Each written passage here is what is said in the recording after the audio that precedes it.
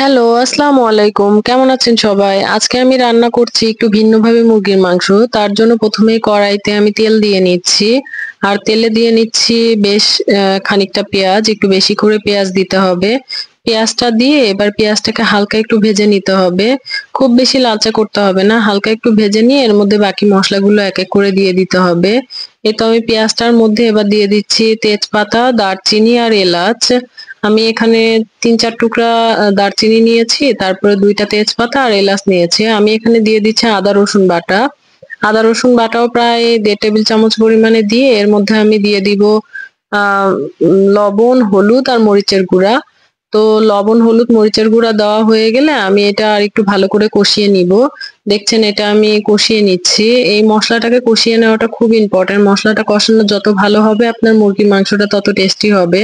আমি এর মধ্যে সামান্য একটু পানি দিয়ে দিচ্ছি। পানিটা না দিলে মসলাটা পুড়ে যাবে। এই তো দেখছেন আমি সামান্য পানি দিয়ে মসলাটাকে ভালো করে কষিয়ে নিচ্ছি। মসলাটাকে কষানো হয়ে গেলে তারপরে আমি মুরগির মাংস দিয়ে দিব। এই তো মসলাটা আমার কষিয়ে এসেছে প্রায়। পানিটা শুকিয়ে গিয়েছে আর তেলগুলো উপরে উঠে এসেছে। এই পর্যায়ে এর মধ্যে দিয়ে দিতে হবে টমেটো। আর টমেটো আমি বেশ কয়েকটা টমেটো নিয়েছি। ৫ থেকে ৬ টা টমেটো আমি একটু চপারে দিয়ে খুব ভালো করে চপ করে নিয়েছি। মিহি করে চপ করে নিয়েছি।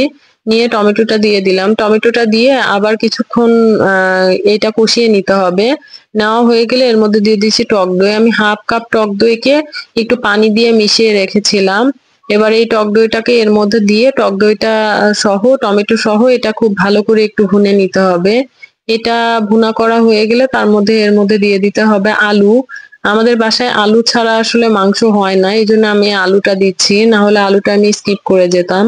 এই তো আমি আলু দিয়ে দিচ্ছি। আলুটা আমি একটু ছোট করে কেটে নিয়েছি। আলুটা দিয়ে আবার এইটাকে একটুখানি ভুনে নিতে হবে। এই তো দেখছেন আলুটা দিয়ে আমি পানি দিয়ে দিচ্ছি। পর্যাপ্ত পরিমাণে পানি দিয়ে আলুটাকে হালকা সিদ্ধ করে নিতে হবে। যেহেতু ব্রয়লার মুরগি আর ব্রয়লার মুরগি সিদ্ধ হতে সময় কম লাগে। তাই আলুটাকে আমি আগে থেকেই সিদ্ধ করে নিচ্ছি। আলুটা হাফ সিদ্ধ হয়ে গেলে তারপরে এর মধ্যে মুরগি দিয়ে দিতে হবে। এই তো আলুটা দেখছেন প্রায় সিদ্ধ হয়ে এসেছে। আমার আলুটা সিদ্ধ হয়ে আসলেই এর মধ্যে মুরগি দিয়ে দিব। সো এই তো দেখছেন আলুটা এবার আমি মুরগি দিয়ে দিব। আমি এখানে প্রায় ১ কেজি পরিমাণ মুরগির মাংস নিয়েছি। আমি পুরো মুরগির মাংসটাই এর মধ্যে দিয়ে দিলাম।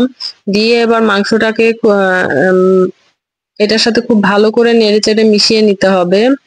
এই তো দেখছেন আমি মাংসটা দিয়ে আলু আর মসলাটার সাথে খুব ভালো করে নেড়েচেড়ে মিশিয়ে নিয়েছি। নিয়ে এবার এটা সিদ্ধ হওয়ার জন্য রেখে দিব। আর খুব বেশি ঝোল দেওয়া যাবে না। খুব অল্প ঝোলে ভুনা করে রান্না করতে হবে। তাহলে মুরগির মাংসটা বেশি টেস্টি লাগে।